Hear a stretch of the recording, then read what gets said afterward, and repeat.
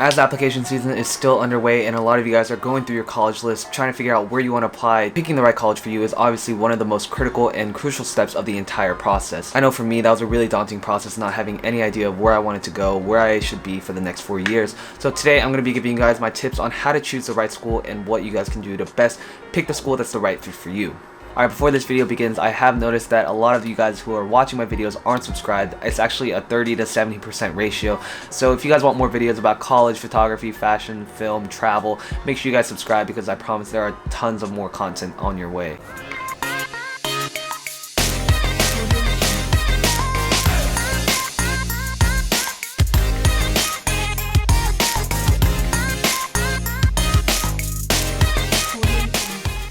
Now, first and most importantly is you need to do your research. I emphasize this all the time when I'm talking about colleges, but you need to figure out what school is going to be the right fit for you, the best resources for your specific major, whether it's geography, the price, all that needs to be taken into account when you're trying to figure out the best college for you. Now, there are literally dozens of resources online about what school is the best for what major, or geographical locations, or which ones offer the best financial aid or scholarships. So doing the research now will save you a lot of time and also a lot of money in the long run. So I highly recommend that you guys get on that right now before you fill out the application and realize, okay, this might not be the best fit for me, and then just have to scrap that completely. Another huge thing is research some smaller schools or unknown schools that you haven't heard of. Don't just be enticed by the big Ivy League names, because one, they are incredibly hard to get into, and two, there could be other schools out there that are the better fit for you, whether it's your specific program that you want to study, or that there's a really cool professor that's doing groundbreaking research in a field that you're really passionate about, or some extracurricular is really great at that specific school. Without doing your research beforehand, you could end up really disappointed if you end up at a school that wasn't the right fit for you because you didn't do your research. Tip number 2 is be reasonable and rational about your choices. Realize that you are a high school senior and that you're going through the application process, but you still have classes, you still have extracurriculars to take care of, you still need social time to hang out with your friends and family, that you can't be spending so much time on each application. There is feasibly no way that you can apply to more than 20 schools. I know I personally applied to 14, and even for me that was a ton, doing marching band, doing a lot of AP classes, and being just involved at school. It took a big toll on me. Now, do I regret it? Would I go back and change anything? Maybe, but at the same time, looking back, I can say that it is quality, not quantity. Applying to 14 schools might not be the best fit for you when you could apply to 5 or 6 schools that you really are passionate about and that you have a shot at getting into, rather than just wasting your time on a bunch of different applications. When I say be rational and be reasonable, there are a couple things that you need to take into account. First, realize that each application will have some kind of fee, whether it's $70 to $90 to $100 depending on the type of school it is. Also, each one may have supplemental essays, meaning that you're going to have to write an entirely new essay for that specific school with the additional short answers.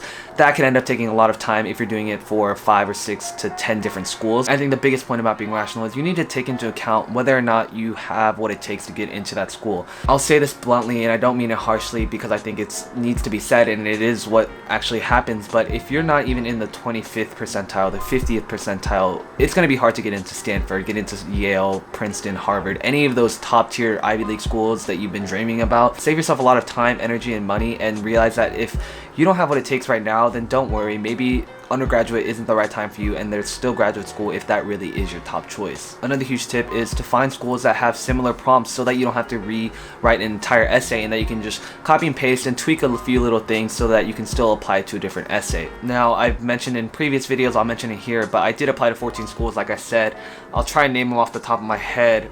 Harvard, Stanford, Yale, Princeton, UPenn, Columbia, U Chicago, Vanderbilt, Northwestern, UC Berkeley, University of Texas, Oklahoma University, USC, and Vanderbilt. Either way, all of that took me a really long time. I poured probably over $1,000 just on the applications itself, hundreds of hours. Luckily, I ended up getting accepted to, a good, not majority, but a fair amount of the schools that I applied to, which is very grateful and thankful for me. But at the same time, I got rejected from a lot of the Ivy Leagues. And at the end of the day, like, a lot of those schools, I should have reflected and asked myself, like, could I really see myself there, rather than just being so overwhelmed by the Ivy League name and that title, and save myself a lot of time and energy if I had focused on a few applications. Now, if you have no idea where to start or how to even begin looking into colleges, I highly recommend checking out the sponsor of today's video, which is Princeton Education. You guys know I've worked with them in the past, and the reason I keep promoting them to you guys is because I really think that they have a lot of top-notch consulting services that not a lot of companies can offer, and the pricing is fairly reasonable for what you're getting out of it. Now, Princeton Education offers a lot of different services, but the really cool part is that it's a holistic process, meaning that they take into account your entire portfolio, your entire profile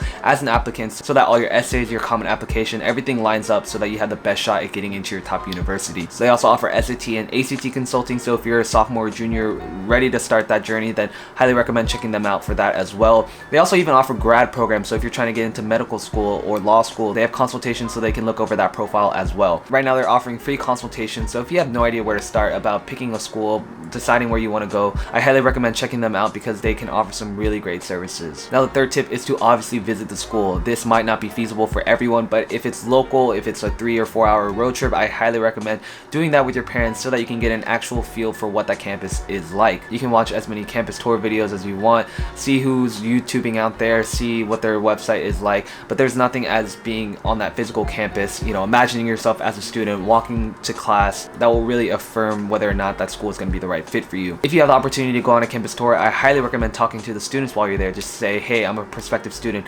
How is your life like at Princeton University? You know, how are the classes? What's the dorm like? Do you mind showing me around for a little bit? You know, if you find the right student who has a little bit of time, they'll probably be able to answer your questions because, you know, we're students ourselves. We know what the process was like. We know you guys want the real answers, not the BS that they'll feed you on the campus tours. But either way, it's still a really great, beneficial tool to visit that school and see what that has to offer. Like I said, that might not be the case for everyone. So if you can't fly out there or see what the campus is like, check online, see if there's YouTubers who are doing vlogs at their school, or talk to the alumni from your high school, see if anyone can get you in touch with an actual student, because just asking them questions one-on-one will be a really great affirmation of whether or not that school should be the fit for you. Alright, that about wraps up for this video. I hope that you guys were able to take away some valuable tips on how to choose the right college. I don't think that you will ever be fully assured of you made the right decision of picking a college, but I do believe that everything happens for a reason. So I know that I'm here at Princeton, even though it might not have been my dream school or my top choice when I was applying. I'm still very grateful to be here, and I'm enjoying every single moment of it. That's a lie, I'm not enjoying every single moment of it, but you know what I mean. If you guys enjoyed this video, make sure you give it a like, comment down below anything else you guys want to see, and I will see you guys next time.